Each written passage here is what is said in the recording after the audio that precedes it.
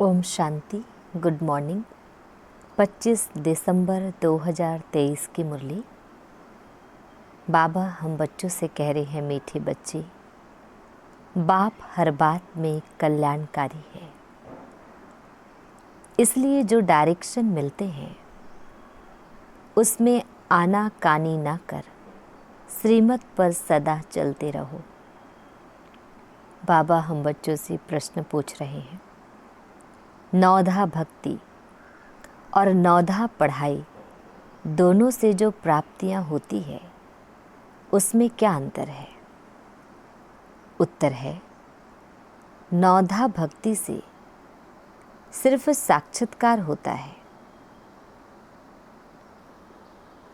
जैसे श्री कृष्ण के भक्त होंगे तो उन्हें श्री कृष्ण का साक्षात्कार होगा, रास आदि करेंगे, लेकिन वे कोई वैकुंठपुरी व श्री कृष्णपुरी में नहीं जाते। तुम बच्चे नौधा पढ़ाई पढ़ते हो जिससे तुम्हारी सब मनोकामनाएं पूरी हो जाती है। इस पढ़ाई से तुम वैकुंठपुरी में चले जाते हो। गीत है, आज नहीं तो कल। ओम शांति। या किसने कहा कि घर चल, किसका बच्चा रूठ कर चला जाता है तो मित्र संबंधी आदि उनके पिछाड़ी जाते हैं, कहते हैं रूठे क्यों हो, अब चलो घर। यह भी बेहद का बाप आकर सब बच्चों को कहते हैं, बाप भी है, दादा भी है, जिस्मानी भी है तो रूहानी भी है। कहते हैं, हे बच्चे अब घर चलो, रात पूरी हुई है, अब दिन होता है। या हो गई ज्ञान की बातें, ब्रह्मा की रात, ब्रह्मा का दिन। या किसने समझाया? बाप बैठ ब्रह्मा और ब्रह्मा कुमार कुमारियों को समझाते हैं। आधा कल्प है रात, अर्थात पतित रावण राज्य अथवा भ्रष्टाचारी राज्य, क्योंकि आसुरी मत पर चलते हैं। अब तुम श्रीमत पर हो। श्रीमत भी है इनकॉग्निटो। हम जानते हैं, बाप खुद आते हैं, उनका रूप अलग है, रावण का रूप अलग है। उनको 5 विकार रूपी रावण कहा जाता है। अभी रावण राज्य खलास होगा, फिर ईश्वरीय राज्य होगा। राम राज्य कहते हैं ना, सीता के राम को नहीं जपते हैं, माला में राम राम जपते हैं ना। वह परमात्मा को याद करते हैं जो सर्व का सद्गति दाता है, उनको ही जपते रहते हैं। राम माना गॉड। माला जब जपते हैं तो कभी कोई व्यक्ति को याद नहीं करेंगे, उनकी बुद्धि में दूसरा कोई आएगा नहीं। तो अब बाप समझाते हैं, रात पूरी हुई। यह है कर्म क्षेत्र, स्टेज, जहाँ हम आत्माएं शरीर धारण कर पार्ट बजाती हैं। 84 जन्मों का पार्ट बजाना है। फिर उसमें वर्ण भी दिखाते हैं, क्योंकि 84 जन्मों का हिसाब भी चाहिए ना। किस किस जन्म में, किस कुल में, किस वर्ण में आते हैं। इसलिए ही विराट रूप भी दिखाया है। पहले पहले है ब्राह्मण। सिर्फ सतयुगी सूर्यवंशी में 84 जन्म हो ना सके। ब्राह्मण कुल में भी 84 जन्म नहीं होते। 84 जन्म तो भिन्न भिन्न नाम रूप देश काल में होते हैं। सतयुग सतो प्रधान से फिर कलयुग तमो प्रधान में जरूर आना है। उनका भी टाइम दिया जाता है। मनुष्य 84 जन्म कैसे लेते हैं? यह भी समझने की बात है। मनुष्य तो समझ नहीं सकते, तब तो बाप कहते हैं तुम अपने जन्मों को नहीं जानते हो। मैं बतलाता हूँ, बाप समझते हैं। ड्रामा अनुसार सब भूलना जरूर है। अभी यह संगम युग है। दुनिया तो कहती है कलयुग अभी छोटा बच्चा है। इसको कहा जाता है अज्ञान, घोर अंधियारा। जैसे ड्रामा के एक्टर्स को मालूम होता है कि अभी नाटक पूरा होने में 10 मिनट है। यह भी चैतन्य ड्रामा है। यह कब पूरा होता है मनुष्य नहीं जानते। मनुष्य तो घोर अंधियारे में है। बाप कहते हैं गुरु गोसाई वेद शास्त्र जप तप आदि से मैं नहीं मिलता हूँ। यह है भक्ति मार्ग की सामग्री। मैं तो अपने समय पर आता हूँ। जब रात से दिन बनाना है अथवा अनेक धर्मों का विनाश कर एक धर्म की स्थापना करनी है। जब सृष्टि चक्र पूरा हो तब तो मैं स्वर्ग की स्थापना करूं। झट बादशाही शुरू होती है। तुम जानते हो हम फिर कोई राजाओं के पास जन्म लेते हैं, फिर आहिस्ते आहिस्ते नई दुनिया बन जाती है। सब कुछ नया बनाना पड़ता है। बाबा ने समझाया है आत्मा में पढ़ाई के संस्कार व कर्म करने के संस्कार रहते हैं।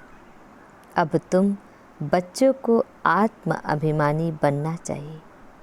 मनुष्य है सब देह अभिमानी। जब आत्म अभिमानी बने तब परमात्मा को याद कर सके। पहले पहले है आत्म अभिमानी बनने की बात। कहते भी सब हैं कि हम जीवात्मा हैं। यह भी कहते हैं आत्मा अविनाशी है, यह शरीर विनाशी है। आत्मा एक शरीर छोड़ दूसरा लेती है, इतना भी कहते हैं, परंतु इस पर चलते नहीं। अभी तुम जानते हो आत्मा निराकारी दुनिया से आती है, उसमें अविनाशी पार्ट है। यह बाप बैठ समझाते हैं। पुनर्जन्म लेते हैं। ड्रामा तो हुबहू रिपीट होता है। फिर क्राइस्ट आदि सबको आना पड़ेगा। अपने अपने समय पर आकर धर्म स्थापन करते हैं। तुम्हारा अभी यह है संगम युगी ब्राह्मणों का धर्म। वह है पुजारी ब्राह्मण। तुम हो पूज्य। तुम कभी पूजा नहीं करेंगे। मनुष्य तो पूजा करेंगे तो बाप समझाते हैं यह कितनी बड़ी पढ़ाई है, कितनी धारणा करनी पड़ती है। विस्तार से धारणा करने में नंबरवार है। नटसेल में तो समझते हैं बाबा रचता और यह उनकी रचना है। अच्छा, यह तो समझते हो ना बाप है। बाप को सब भक्त याद करते हैं। भक्त भी हैं, बच्चे भी हैं। भक्त बाबा कह पुकारते हैं। अगर भक्त भगवान है तो फिर बाबा कह किसको पुकारते हैं? यह भी समझते नहीं।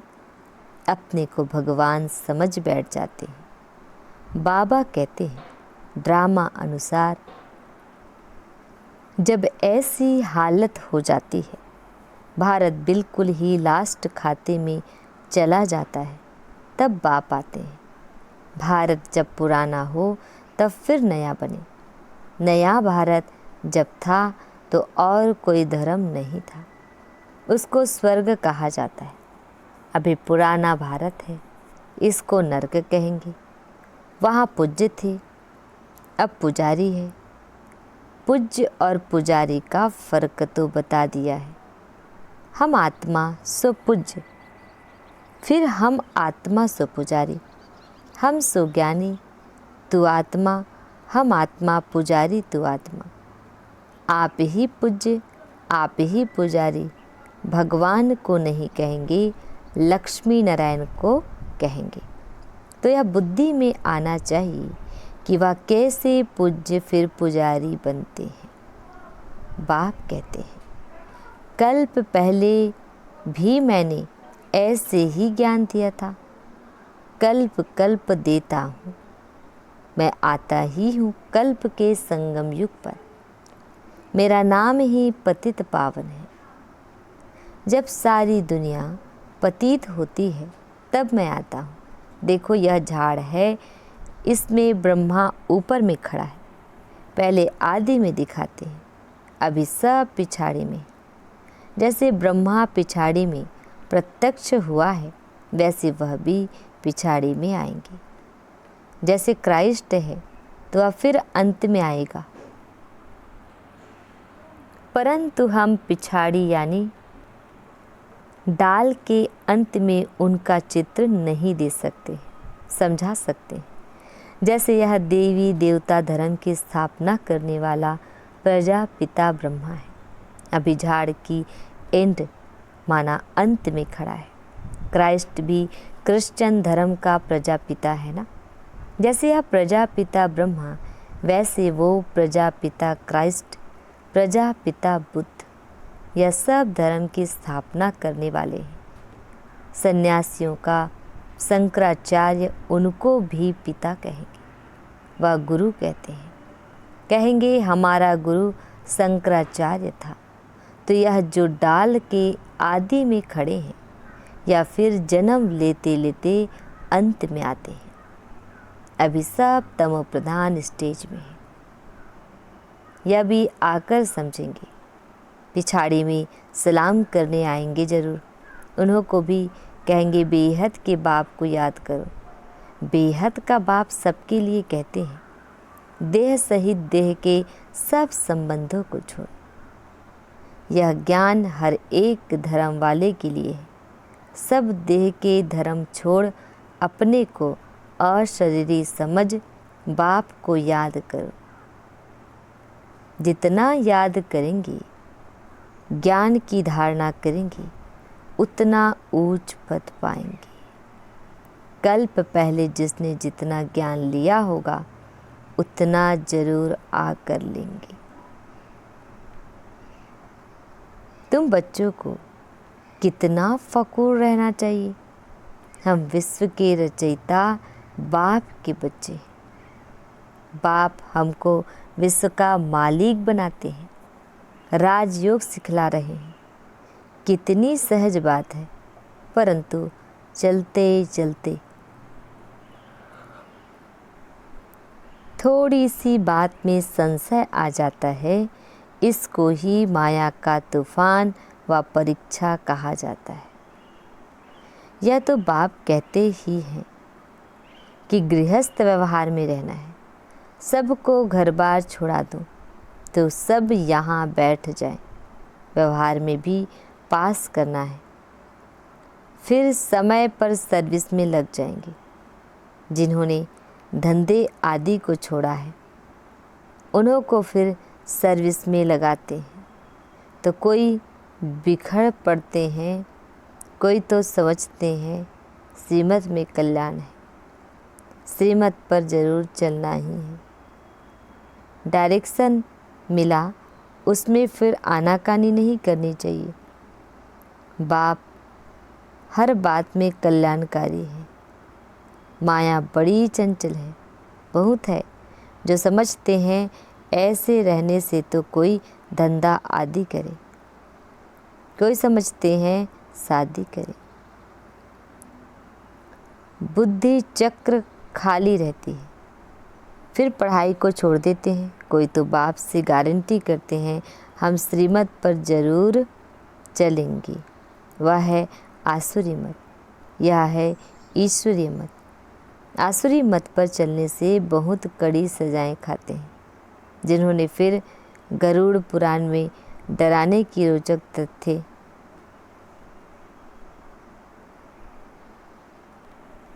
उन्होंने फिर गरुड़ पुराण में डराने की रोचक बातें लिख दी है, जिससे जास्ती पाप ना करें, परंतु फिर भी सुधरते थोड़े ही हैं। यह सब बाप समझाते हैं। ज्ञान का सागर कोई मनुष्य नहीं हो सकता। ज्ञान का सागर नॉलेजफुल बाप समझा रहे हैं। जो समझते हैं वह फिर समझाते हैं, कहते हैं यह ठीक बात है, हम फिर आएंगे। बस प्रदर्शनी से बाहर निकले और खलास। हाँ, कोई 2-3 भी निकले तो भी अच्छा है। प्रजा तो बहुत बनती रहती है, वर्षा पाने लायक कोई मुश्किल निकलते हैं। राजा रानी के 1-2 बच्चे होंगे, उनको राजकुल का कहेंगे। प्रजा तो कितनी ढेर होती है, प्रजा तो झट बनती है, राजाएं थोड़ी ही बनते हैं। 16,108 त्रेता के अंत में जाकर बनते हैं। प्रजा तो करोड़ों की अंदाज में होगी। यह समझने की बड़ी विशाल बुद्धि चाहिए। हम पारलौकिक बाप से वर्षा ले रहे हैं। बाप का फरमान है, मुझे याद करो और वर्षे को याद करो, मन मना भव और मध्याजी भव। स्वर्ग है विष्णुपुरी और यह रावणपुरी, शांति धाम, सुख धाम और दुख धाम। यह बाप समझाते हैं। बाप को याद करने से अंतमति सोगति हो जाएगी।